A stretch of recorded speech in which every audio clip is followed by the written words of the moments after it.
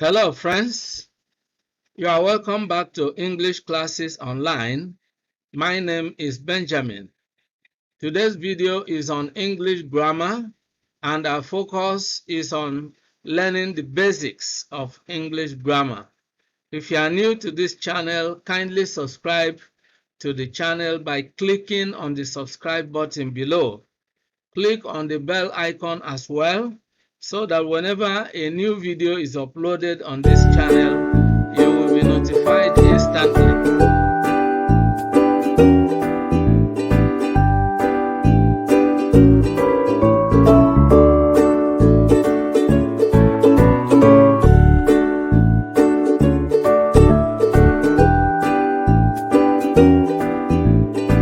Without much ado, let's dive into the lesson. First, let's look at the agenda for today's episode. Number 1, what is grammar? 2, various ways of looking at grammar. 3, your personal grammar. 4, why grammar is important. 5, the gains of good grammar. 6, the pains of poor grammar. 7, how much of grammar do you know? 8, learning the basics of English grammar. And 9, how to improve your English grammar. Let's look at this one by one. What is English grammar? Grammar can be defined as the rules governing the use of language. Grammar includes the way words are arranged in a sentence, as well as the rules about usage. It also includes the rules for spelling, punctuation, and capitalization. Grammar is how you connect words into phrases and phrases into sentences. Let's examine various ways of looking at grammar. Now, there are various ways of looking at grammar. In other words, we can look at grammar from various perspectives. One of them is to look at grammar as a set of rules for forming the words and arranging the words in a sentence in the correct order to convey the complete and correct meaning. All right, that is one way of looking at grammar. Rules for forming the words and arranging them in sentences in the correct order that will enable us to convey the complete and correct meaning.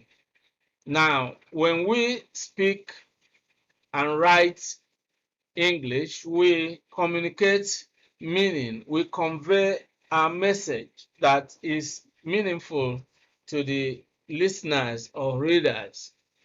So, grammar is a set of rules and principles to speak and write a language in a correct manner. That's what grammar is about. The word grammar derives from the Greek word grammatic, which means art of letters. Grammar is also called the backbone of the language. Of course, I will personally describe grammar as the foundation of language, and it is grammar that provides the building blocks with which language is constructed. All right? Now, another way of looking at grammar is looking up the meaning in the dictionary. And the dictionary defines grammar as the rules by which words change their forms and are combined in other senses. English grammar is the body of rules that describe the structure of expressions in the English language. This includes the structure of words, phrases, clauses, and sentences. Of course, if you are conversant with the units of grammar, you will discover that, words and expressions are interconnected. Of course, before we even look at words, we are already looking at what is called the morphemes. Morphemes are a letter or a group of letters morphemes are letters or groups of letters that, are combined to form new words. For instance, if we look at the word phrase, that is a unit. If we add s, we give it a additional meaning. In other words, we are saying that we are not talking about one phrase, but two or more. All right. So you look at the English word, you discover that it is made up of various parts. Look at the word write. If we add ing, it becomes writing. So, ing, write, and ing are morphemes. And when we combine write and ing, then we have writing. So, we have morphemes combined to form words, words combined to form phrases, phrases combined to form clauses, and clauses combined to form sentences. So you can see that these are, various units of grammar, and it's the rules that govern how these various units are combined to form sentences is what grammar is about. Now, another way of looking at grammar is to look at grammar as the system of rules pertaining to how the sentences of a language are constructed. Then, of course, we have different grammatical theorists who have, postulated, who have come up with theories, grammatical theories. Now, the prescriptive grammarians consider grammar to be a set of rules for the proper use of language. In other words, if you break these rules, you are speaking or writing incorrectly. But the descriptive grammarians differ from the prescriptive grammarians, because the descriptive grammarians describe grammar as it is used by actual speakers of a language, and descriptive grammarians believe that you do not judge language to be correct or incorrect. They study the way language is used and articulate this to be the language, the way it is spoken or written.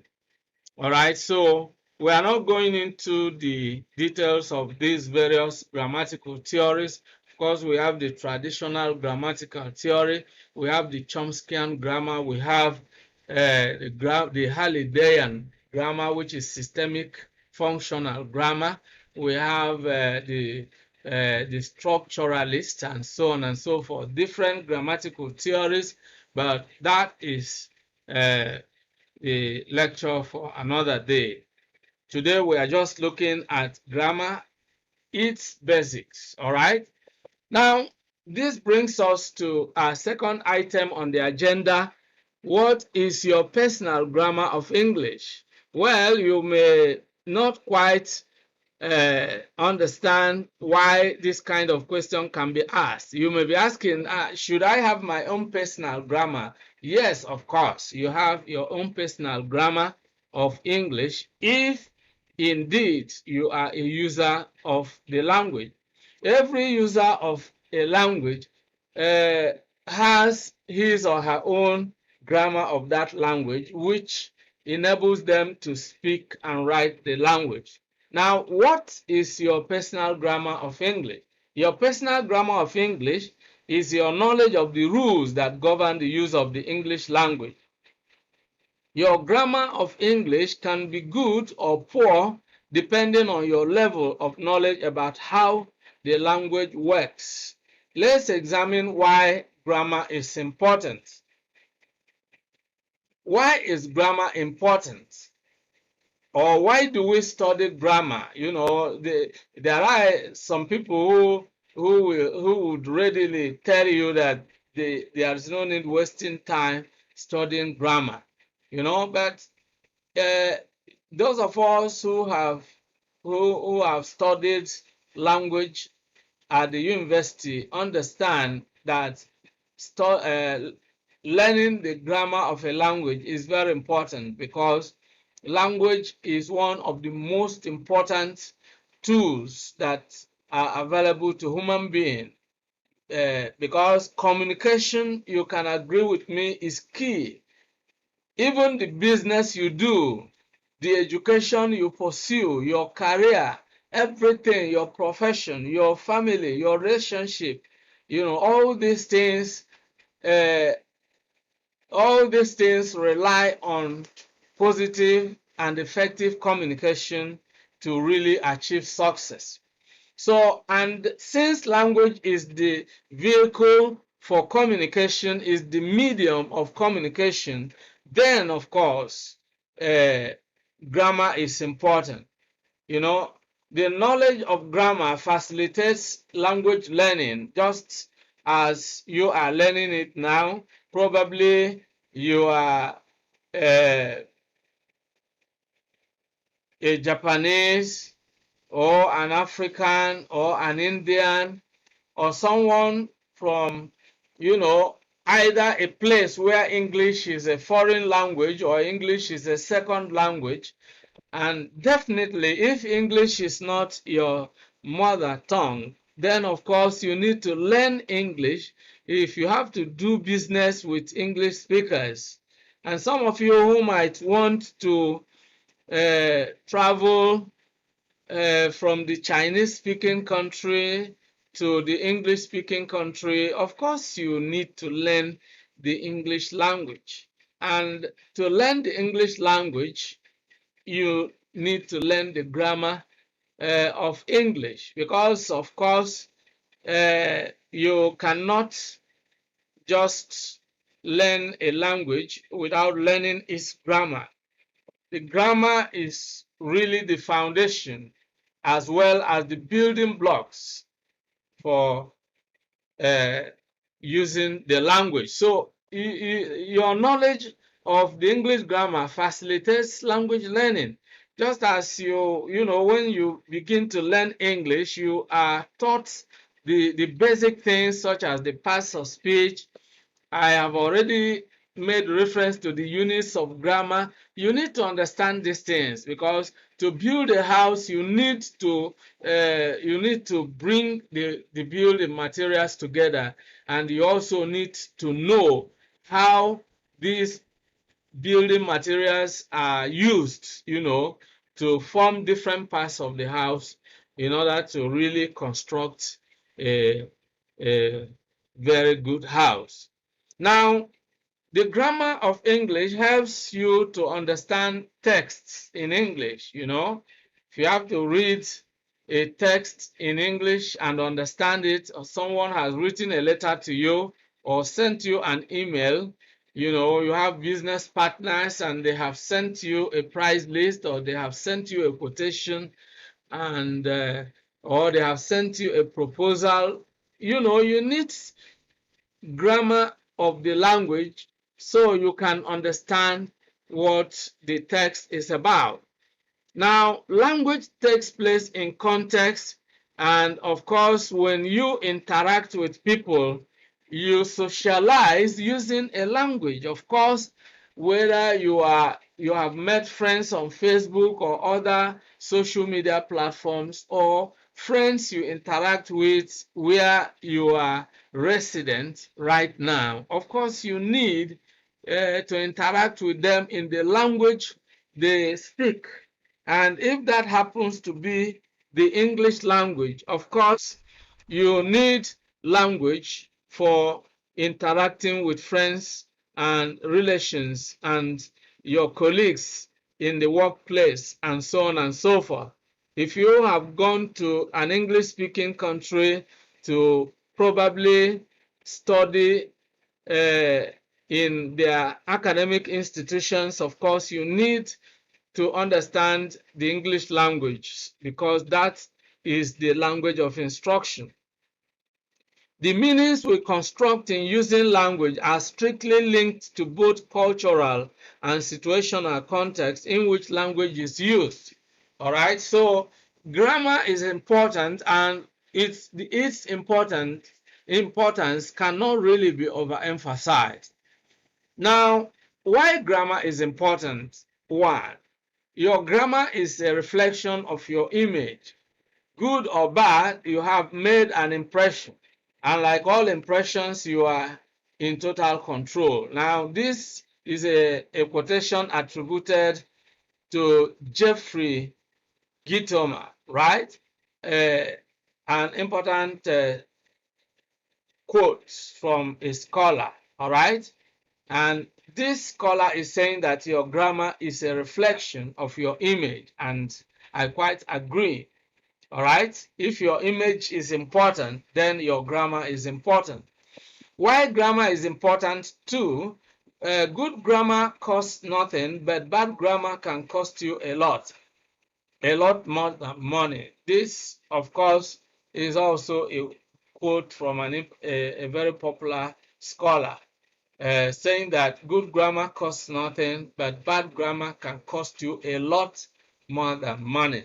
Of course, when when you fail to use language to communicate the right meaning, if you communicate the kind of meaning that amounts to abuse or that creates ambiguity in a very serious situation, of course, it could cost you quite a lot. You know, misuse of grammar has, led to breakdown of relationships, because, of course, if you say something to someone you are in relation with and what you have said offends their sensibilities, of course, you have not just a communication breakdown, but also a breakup in that relationship could be the very sad outcome. All right.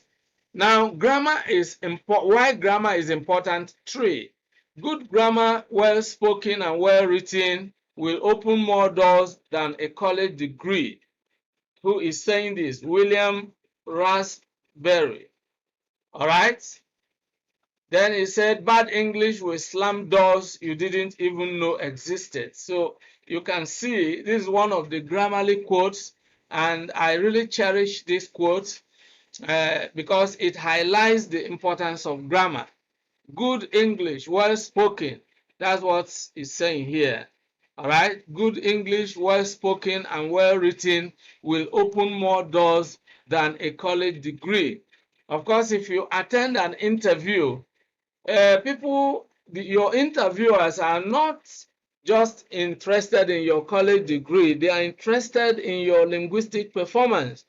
They are interested in how well you can communicate your ideas with clarity. And if you can't do that, of course, you fail the interview, and that closes the door of that job opportunity against you.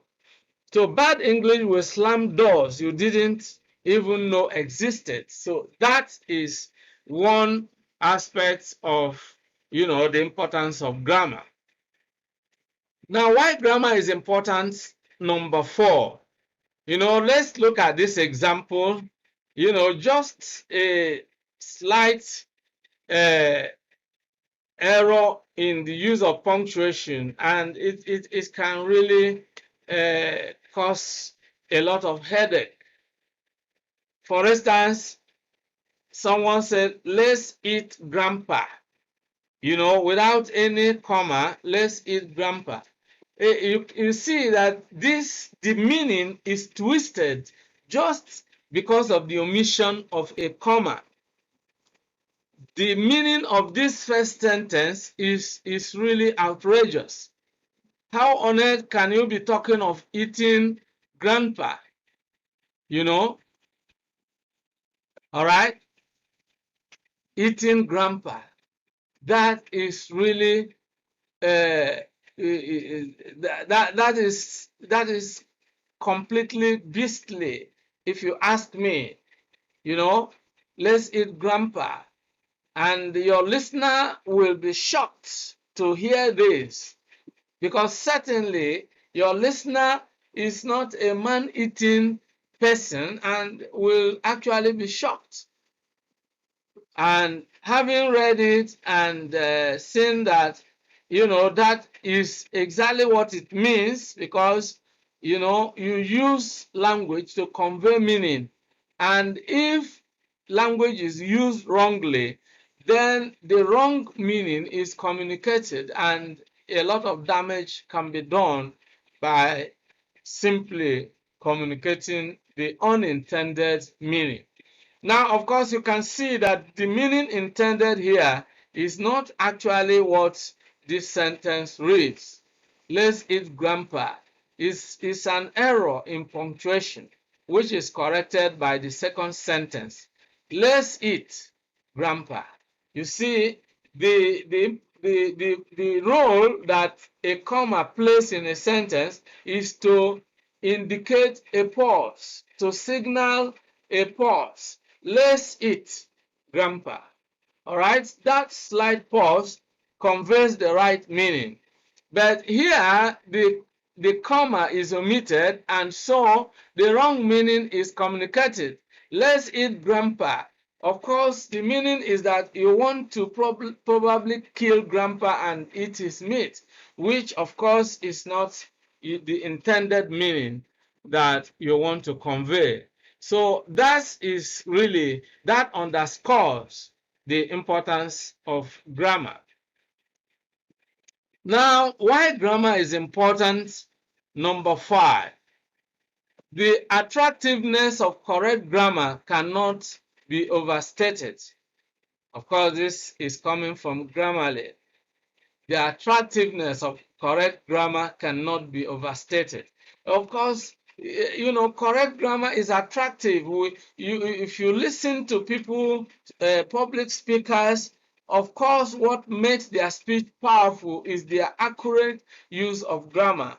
All right, their correct grammar really entices you and grabs and retains your attention. When you listen to someone who is really whose speech is characterized by, grammatical errors and ambiguous expressions, of course you get bored. But when you listen to someone who has a good command of the English language and whose grammar is correct, all right, then in fact, you find out that you are attracted, all right, and the power of that language is used to persuade you, to convince you, all right, and that is exactly what we need to know about grammar. Now, why grammar is important? Number 6. Or why do we study grammar? Grammar in the English language is used to help us break down and understand the way we use language, which is really very, very important. That's why we study grammar. When we are writing, we try to build something, a character, setting, atmosphere, etc. Adverbs, adjectives, and verbs are used to describe an object or an action. They are used to give life to what we are describing. Of course, that's the power of grammar, because, if you take the example of the president of a country who is voted into power because the country, the electorate have listened to him and have actually been attracted to the ideas he or she has communicated, then you will understand that language is really important. It's not only important, but it is very powerful and effective in accomplishing results. All right, you attend a job interview. People listen to the answers you give to their interview questions, and they decide to pick you for the job on the basis of your ability to communicate your ideas. If you are unable to convince them, then of course they won't pick you for the job. All right, so grammar in the English language is used to help us break down and understand the way we use the language. And of course, we use language to build a character, setting atmosphere. We use words to, convey the right image, all right? And get people to do what we are asking them to do or requesting them to do. It is language that is used, in getting things done. All right, so that's the importance of grammar, actually. All right. Now, why grammar is important, number 7, or why do we learn grammar? People are often judged on their speaking and writing skills. Yes, that is actually true. If a person has a large vocabulary and follows standard grammar rules, he or she is treated differently than someone whose vocabulary is limited and who ignores basic rules. Of course, from time to time, we have listened to people and we get pissed off by the way they use language in a way that didn't really go down well with us. And of course, that shows you that how you use language matters, and what enables you to use language the way you use it is the grammar of that language. Now, people whose language skills aren't polished are often passed over for jobs or promotions, even when they have all of the other necessary qualifications. So I have already talked about this, and it cannot really be overemphasized because that is a clear reality that is part of everyday life. Now, why grammar is important, number 8. Why is it important to study grammar? I disagree with people who would tell you that it's not important to study grammar.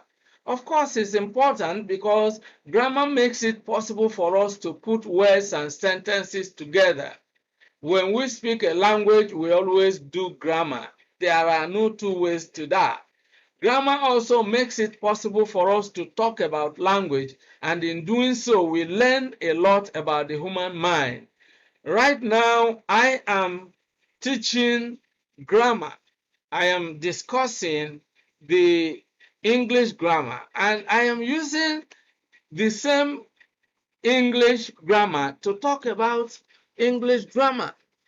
And you are listening to me and you are getting to learn some new things about this language, and you are trying to, grasp some information and learn new ways of speaking and new ways of writing. And that is really the importance of grammar. Grammar makes it possible for us to talk about language, which means we can teach the language using the language, just as I am doing right now. All right? And when we learn or teach language, we also learn something about the human mind, because when we use language, we communicate our thoughts.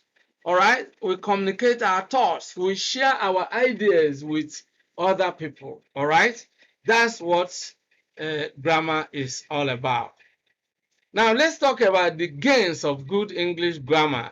1, effective communication. You can't agree more, because when you use grammar and you use it well, you can communicate your ideas more effectively. Grammar enables you to express complete ideas through the correct use of words. Using words in their proper positions in a sentence is what grammar teaches you to do. Now, let's look at this example. A combination of words like the following: beautifully Rose dressed is. If you listen to this, of course, I want to highlight this. All right, of course, I want you to see this expression: beautifully Rose dressed is. Now you can see that this is a group of words, but the way these words have been arranged in this group or in this expression, you will agree with me that it does not make sense.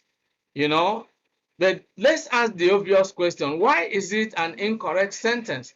Why do we not accept this as a correct sentence? Beautifully Rose dressed is. Now, I will leave you to try and figure that out, but we shall look at it in a moment. All right? Now, let's actually face it. What we need to do here is actually to rearrange the words here.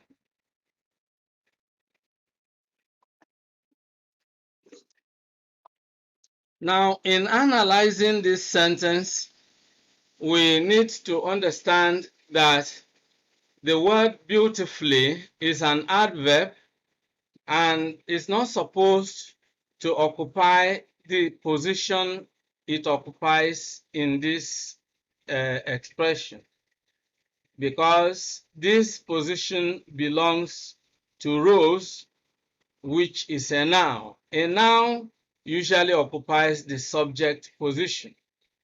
So the first word here should be Rose, and then followed by a verb, and then you can have an adverb which is mobile. It can occupy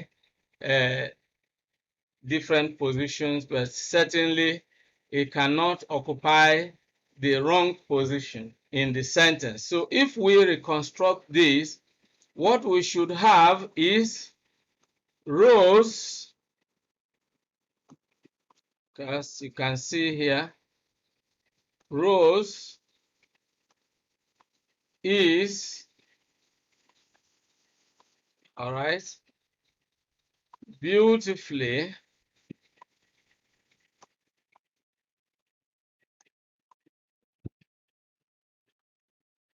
okay,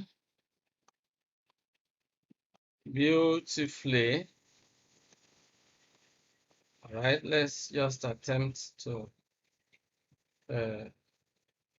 use this marker to reproduce the word here. Beautifully dressed. All right. Well, let's wipe this and write it well. So Rose is beautifully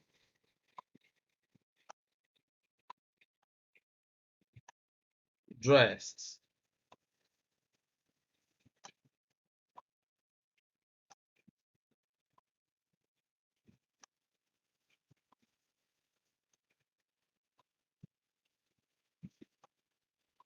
Okay. Let's get our words. Okay. So now let's analyze this. Let me use a different color to analyze it here. Well, this color may not be the best. Okay. Let's use the same color. Beautifully dressed. Okay, so let's mark the end of the sentence here. And then let's mark the beginning of the sentence here. And then let's break this sentence into its parts. All right. Rose is beautifully dressed. Now we can see that Rose is the subject, is the verb, while beautifully dressed is the complement.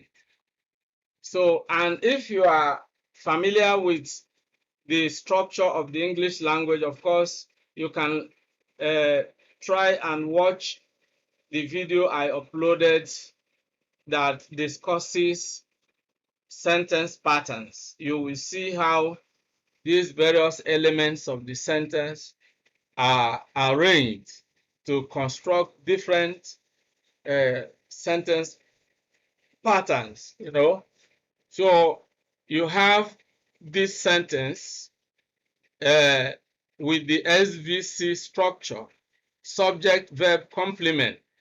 The subject is the doer of the action or the person being talked about. The person being talked about here is Rose. And if you are conversant with, the sentence patterns in English, you will understand that this is the way people speak and write. You don't say beautifully Rose dressed is. You say Rose is beautifully dressed. That is the sentence pattern that can communicate meaningful message, all right? So in this case, you see that all that we have done is to use our knowledge of grammar. Grammar, by the way, has to do with the arrangement of words in a sentence in order to communicate meaning accurately. And here, the words are not properly arranged, so the accurate meaning is not conveyed. When we rearrange the words and achieve the correct word order, then of course we can convey meaning. Rose is beautifully dressed. And when we look at beautifully dressed, then we discover that beautifully dressed are two words that collocate with each other. Again, one aspect of grammar is collocation. Certain words are used together, all right? And you can see that by the time we bring beautifully and rose, it doesn't convey meaning. If we just take these two words together, you see that it doesn't really make sense. If we say beautifully rose, all right, it doesn't really make sense. But if we say beautifully dressed, even though the meaning is incomplete, yet it conveys some kind of meaning. All right, so that is how important grammar is. The gain of knowing grammar, or the gain of having good grammar, being able to use the grammar of a language effectively. You gain a lot because you will be able to correct errors, and you will be able to communicate meaningfully using that language. All right, so now let's go to the next item on our agenda, which is the pains of poor grammar. Number one, a breakdown in communication. Of course, the example of that statement that doesn't make sense, that of course, that shows that if you use poor grammar, then you cause a breakdown in communication. Because if you say beautifully Rose dressed is, honestly, the person you are talking to will be wondering what you are actually talking about, because the listener is confused. You have not really communicated the intended meaning. Now, the second pain is a poor impression of the speaker. Of course, there have been instances where people lost a job because they couldn't use language to give a good account of themselves. When you use poor grammar, the poor grammar you use gives a poor impression of you, and it can affect people's decision when people are in a position to take a decision concerning your qualification or otherwise, either for a job or for an elective position. So that is one of the pains of poor grammar. It can give a poor impression of the speaker or the writer and leads to a kind of loss. Then the third one is that poor grammar can be a source of embarrassment or scandal. Of course, it can be, because sometimes it has resulted even in a breakup of a relationship, all right? When you use grammar in a way that actually destroys or distorts the meaning, and it then sends out a different meaning that is really not the intended one, it can cause some embarrassment, all right, or even scandal, because people will quote you, people will say the exact words you have said, and if these words are really not the correct words, then they can actually constitute a kind of embarrassment or scandal. Now, the fourth one is that poor grammar can be a cause of bad business. Let's assume you own a website or a blog, and when you write your blog posts or your articles, of course, you commit so many grammatical blunders. Of course, when people read it and they get offended by your bad or poor grammar, they may decide not to visit your website, and so you lose business. Of course, if you also misuse your language in a way that brings you into a disadvantage in a business, in an agreement, a contract agreement, for example, it can also become bad business for you. Now, the fifth one is loss of marks in exams. Of course, this is obvious because as an English teacher for many years, I know I have always awarded good marks to people who used the language correctly, and I have deducted marks from people who committed grammatical blunders. In certain English exams, it is part of the marking scheme that when you commit an error in punctuation, in spelling, in tenses, and so on and so forth, you lose half a mark. And by the time you lose half a mark, maybe in 20 places, then you lose 10 marks. And that is a huge loss of marks in the exam. And so that is how bad or how painful poor grammar can really be. So it is important for us to understand that we need good grammar because it is what's the why. Now, let's look at the grammatical units of English. You know, learning the grammatical units gives you a picture of the English structure, how all the parts of English combine to form the English structure.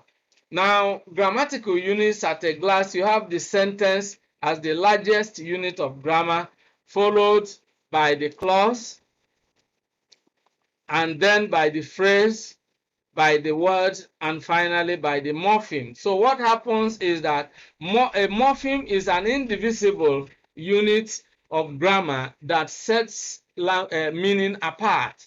Now, morphemes are word parts, if you like. They are letters that combine, are added to some words to form new words. Of course, for instance, if you look at the word relation, and you add ship to it, SHIP.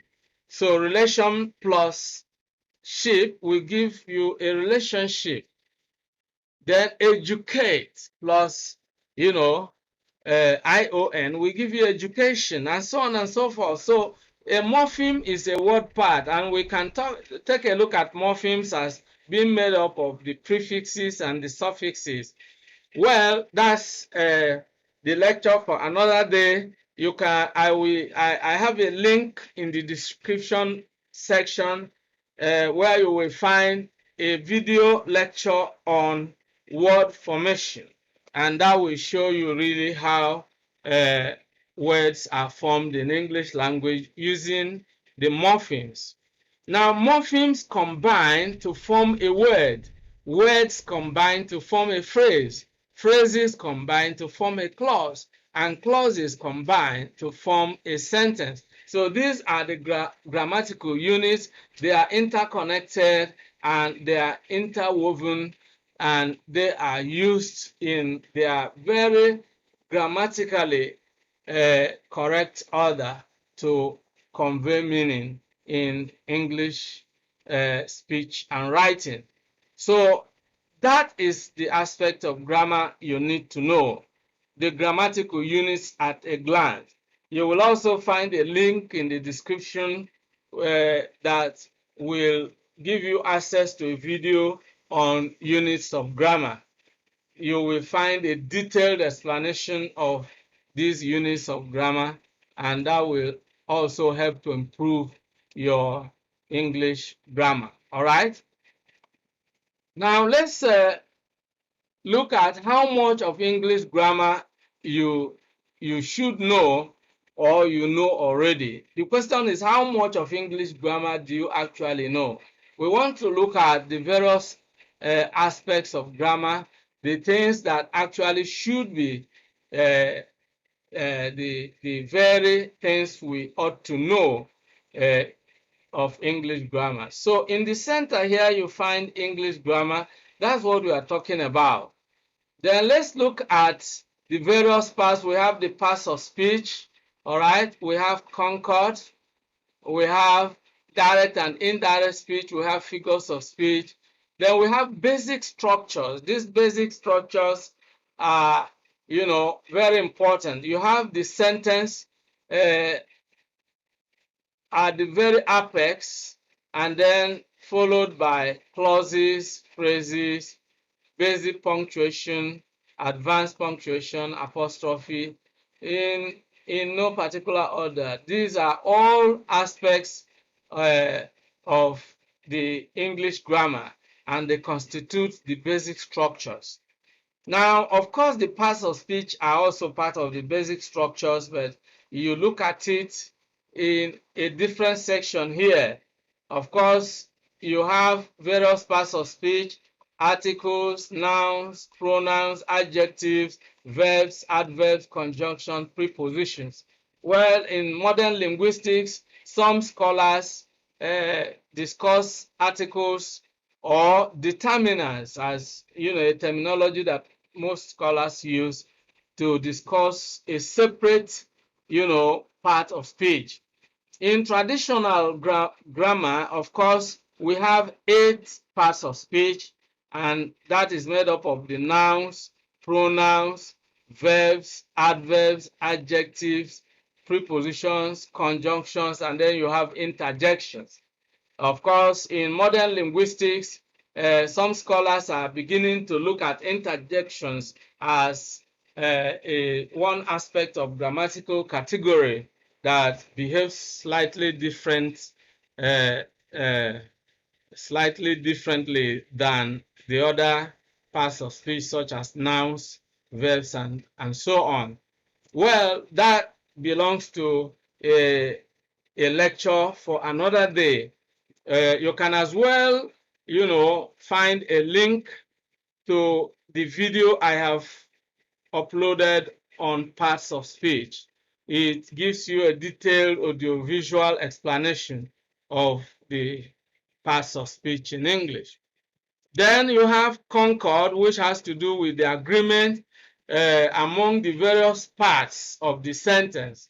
You have subject-verb agreement. You have group of words as subject. You have subject covering more than one verb.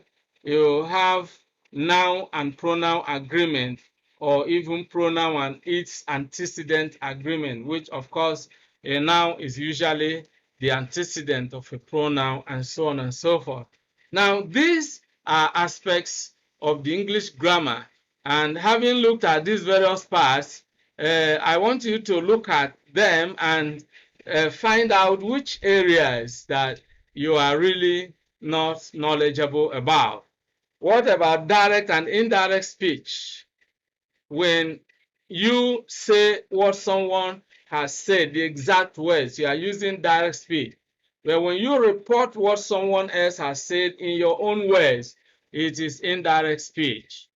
Then, of course, we have figures of speech, which has to do with using language figuratively or metaphorically, if you like, using language beyond its ordinary or literal meaning. And we have figures of comparison, sound devices, contradictions, exaggeration, understatement, and others. Of course, this is where you find figures of speech such as metaphor, simile, oxymoron, uh, hyperbole, which is exaggeration. Then you have litotes, which is understatement, and so on and so forth. These are aspects of, the use of figurative language. All right. If you master the figures of speech, of course, it gives you the ability to convey language in a very interesting manner, because then figures of speech enables you to add color and flavor to your language and deepen the meaning of what you want to say and make your ideas really, really solid. All right. So that is what we ought to know concerning the English grammar. Then learning the basics, the word classes. Of course, we already referred to these as the parts of speech. In modern linguistics, the parts of speech are known as word classes.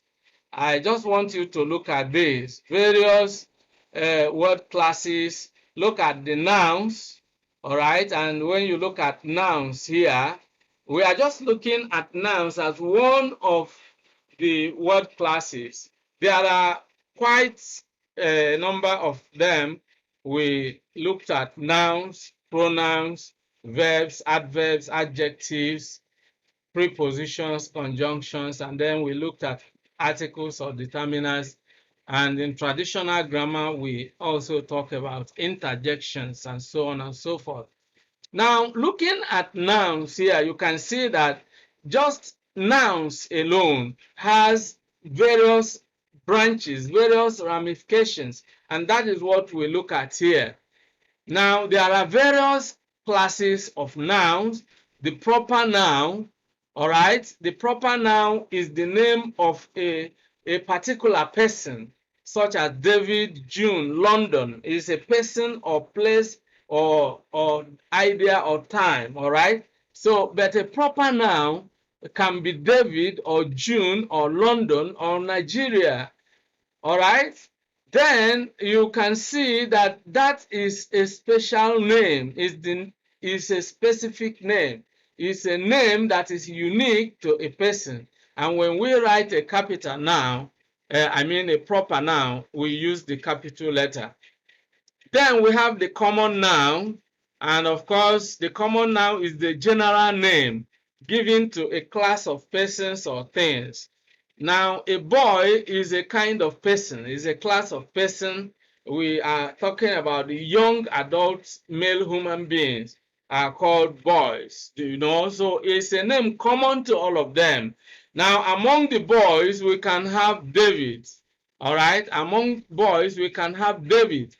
Then we can have cat as a particular, that's an animal. It's a name common to a kind of animal, a class of animals. Then a school is an academic institution, all right?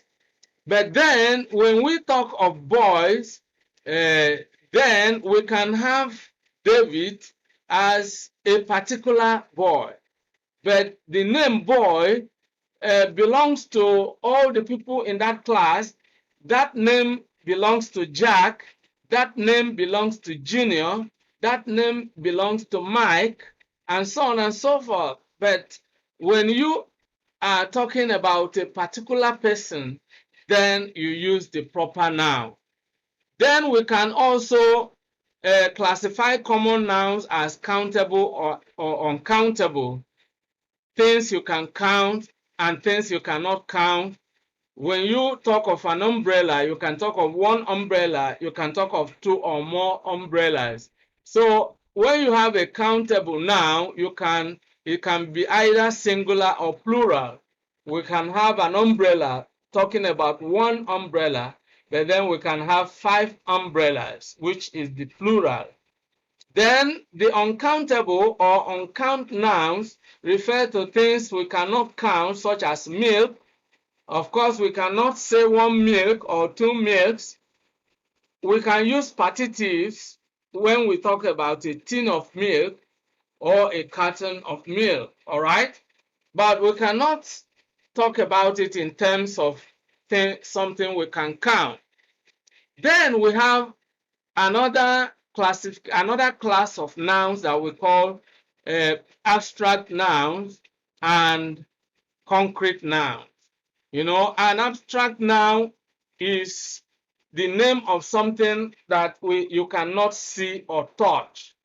You can't touch beauty, you can't touch danger, you can't touch anger, you can't touch love or joy. These things are, you know, abstract. But then when you talk about concrete nouns, they are things you can see and touch, all right? But the ones you cannot see or touch are abstract, and some of them can be counted, some of them cannot be counted.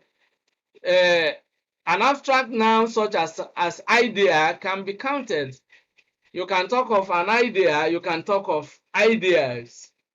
Then you cannot count hatred, definitely. You cannot talk of one hatred or a hatred. So there are abstract nouns that cannot be counted. Majority of them are uncountable because you can't even see them, you can't even touch them. But a few of them, such as idea, can actually be counted. All right, so then when we are talking about, you know, concrete nouns, we can also talk about collective nouns, which refer to groups. Groups such as a bunch of kids, a class of students, a band of musicians, and so on and so forth. All right? So now when we are talking about concrete nouns, we discover that the things, all the ones here are actually concrete, while the ones we have in this area are abstract. All right, so learning the basics, the word classes. The word classes are the building blocks with which English sentences are constructed, like buildings. When you want to build a house, you have to gather the building materials. And in a similar manner, if you want to really construct English sentences, you need these various word classes. Of course, we had earlier looked at how these words are arranged in a sentence to really convey meaning in a grammatically correct English sentence. All right, so these are aspects of the English grammar, the basics. Now let's look at how you can improve your English grammar. Number one, you can improve your grammar in 7 distinctive ways. Of course, one of the very obvious one is one of the very obvious ones is through study. All right. Which is why we have an English class, which is also why, of course, you are listening to this video lesson right now. When you read or when you listen to lessons that discuss English grammar, of course, that is one of the ways of improving your English grammar. Either you listen to or you read, you know, you read. All right, reading is one area, one particular activity that will help you to improve your grammar. Then another is spell check. You know, you can, the dictionary can help you to check your spelling. Now we have different digital tools, different software that can help you to check English, the spelling of words.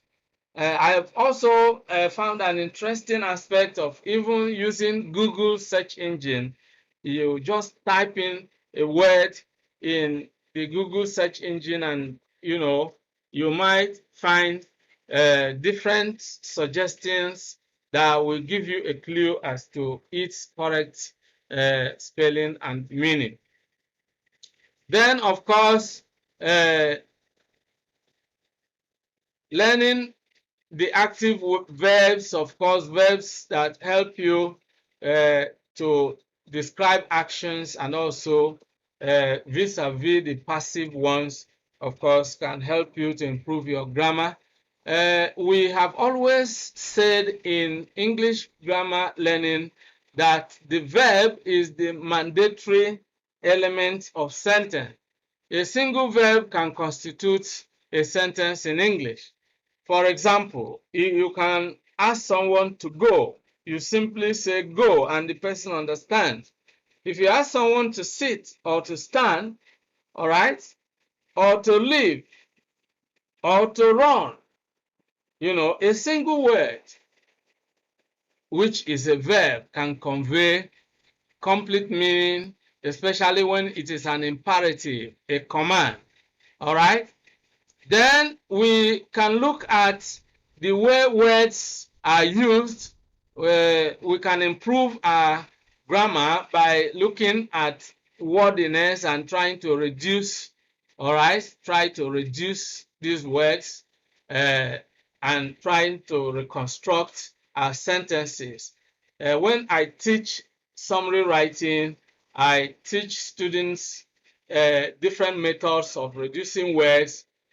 One of them actually is using the active verb to replace the passive words, the passive verb.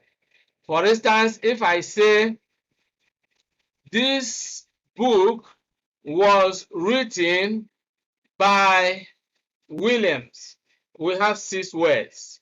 But if I have used passive verb here, was written by Williams, and that gives us 6 words. This book was written by Williams, 6 words. Now, if I change it to the active voice, I simply say Williams wrote this book, and I have said it in 4 words.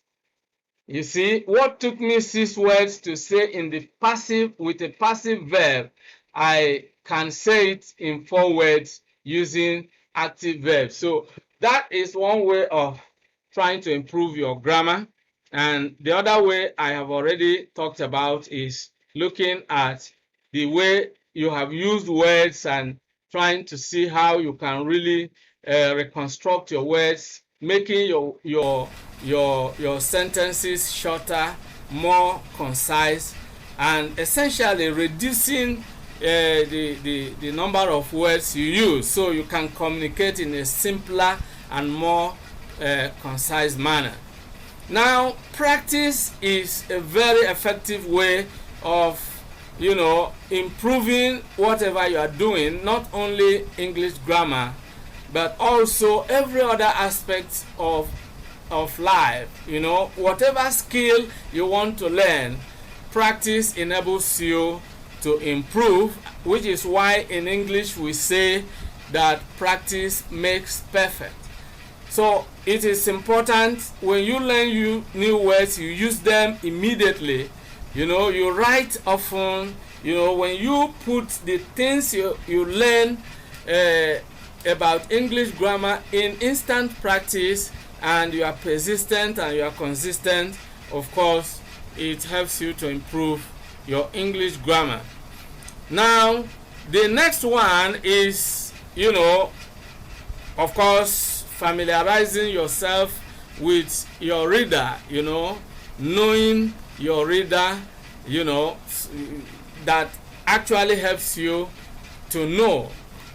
If you read, there are expressions such as readers are leaders, and that actually is true.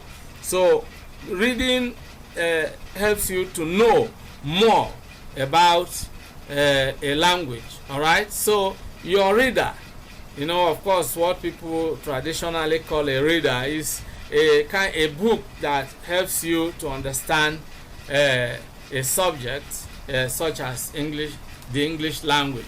So a reader helps you to know a lot, especially how people communicate using the language, and that is why people are always encouraged, especially at the basic stage, to use their readers. All right, so that helps you to know a lot about English grammar, because in a reader, that is in a text that you read, which it actually showcases how people use language in context, either in conversations and so on and so forth. So that helps you to know a lot about the language. All right, so these are 7 ways to improve your English grammar, and I show you other ways how to improve your English grammar. Number 2, of course, some of the things we are going to talk about here are things we have already mentioned, but let's emphasize them. Now, one of them is, reading, listening, writing, speaking. These are the 4, what we call the 4 language skills. Language, by the way, is learned in a speech community. Of course, all the people who use their language, who have grown up to speak their language, of course, they didn't learn to speak in any classroom. Of course, I have my mother tongue, which is Igbo language, and I didn't.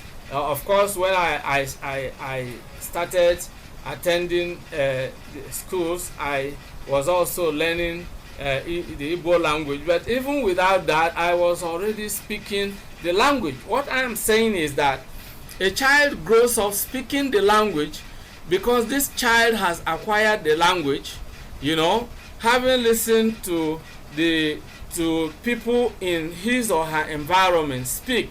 This baby grows up to a babbling stage where the child begins to babble, begins to utter sounds similar to what the adults in that community or that family have been saying over time.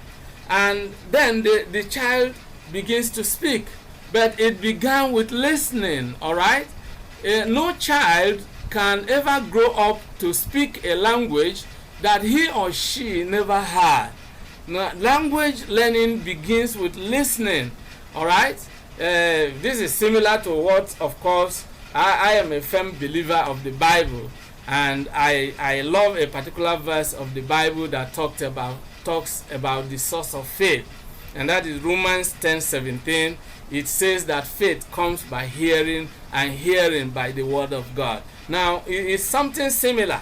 We learn language by hearing and hearing.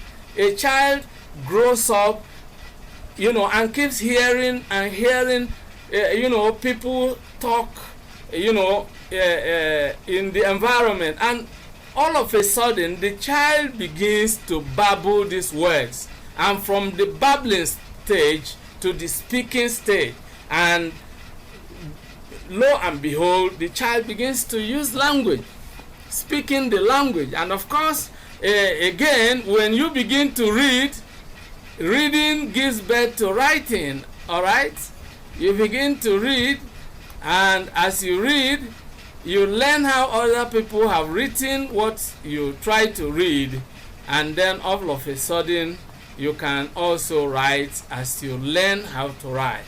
All right, so reading, listening, writing, speaking. Now, if I have to put it in a proper order as to how a child learns that language, I may begin with listening and speaking, then followed by reading and writing. You will understand that reading and writing come later on in the life of a growing child. A child doesn't learn language reading. Nobody grows or grew up reading and writing. No, reading and writing are aspects of literacy that comes with going to school. But naturally, we listen and we speak even without going to school, right? So that these four language skills are powerful. They are powerful ways to improve the grammar of a language. Then the next one is using subject-verb structure. Of course, I have uploaded a video that discusses the English sentence patterns. You will discover that the structure of English sentences need to be learned, and if you learn how English sentences are structured, that will help you to improve. For instance, we have a sentence that has the structure, the SV. For instance, when you say for instance, the baby cried. The baby cried. The baby is the subject, cried is the verb. Or when you say birds sing, that is a sentence with the SV structure. If you have SVO, you can have a sentence like Messi scored a goal. Messi scored a goal. Messi is the subject, scored is the verb, a goal is the object. So you have SVO. So it's really interesting when you learn these sentence patterns. I would encourage you to look for the video I uploaded on sentence patterns, and that will also help you quite a lot in learning the structure of the English language. Then the next thing is differentiating question from statements. Of course, that also helps you. It's another way of learning to improve your grammar. Different sentence types, you know. We have various types of sentences. I've also uploaded a video that talks about 6 structural types of sentences. Structurally, English sentences are classified into 6. All right? Simple sentence, compound sentence, complex sentence, compound complex sentence, multiple sentence, and multiple complex sentence. If you look for that video on, you know, types of sentences or sentence types, you will find a link to it, and it will help you quite a lot. Then you have, apart from the structural classes of sentences, then you have the functional types, which is what tells us about questions. Questions are called interrogative sentences. Statements are called declarative sentences. Then you have the imperative, which is a command or an order or an instruction. Then, of course, you have the exclamation, which is the expression of feeling. All right?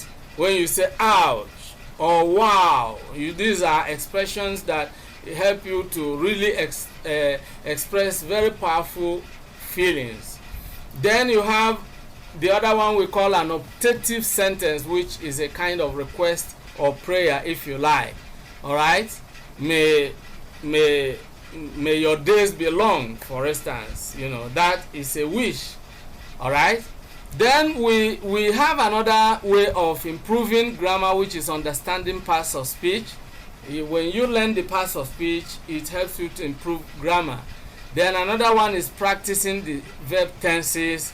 You will find a video that I have uploaded on this channel that discusses the various tenses in English. I discussed 12 tenses in English, and I have also devoted a particular video to 4 ways to talk about the past, talking about the past tenses, that we can examine how we can use them in talking about the past in 4 distinctive ways.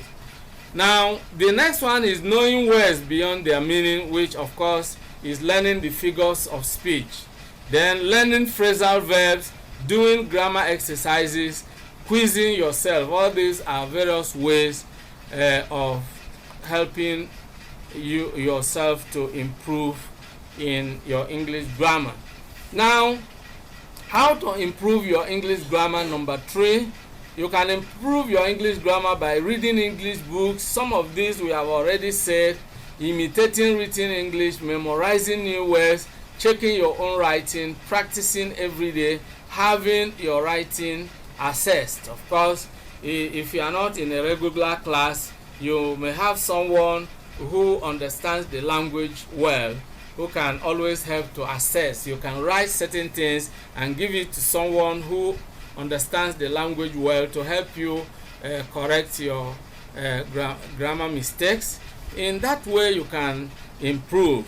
All right, then, so these are various aspects of this video, and this is where we are going to draw the curtain in today's video. I hope you have learned quite a lot. We have been looking at English grammar, learning the basics of English grammar, and I want to believe that you really learned quite a lot from today's video. If you enjoyed the video, like the video and share the video with your friends and relations. If you have not subscribed to this channel, I want you to subscribe to the channel by clicking on the subscribe button below. Click on the bell icon as well, so that whenever a new video is uploaded on the channel, you will be notified instantly. I want to thank you for being part of today's video. If you have any question, any comments, any suggestions, please do leave your comments in the comment section below. I look forward to seeing you in the next video. Bye bye for now, and remain blessed.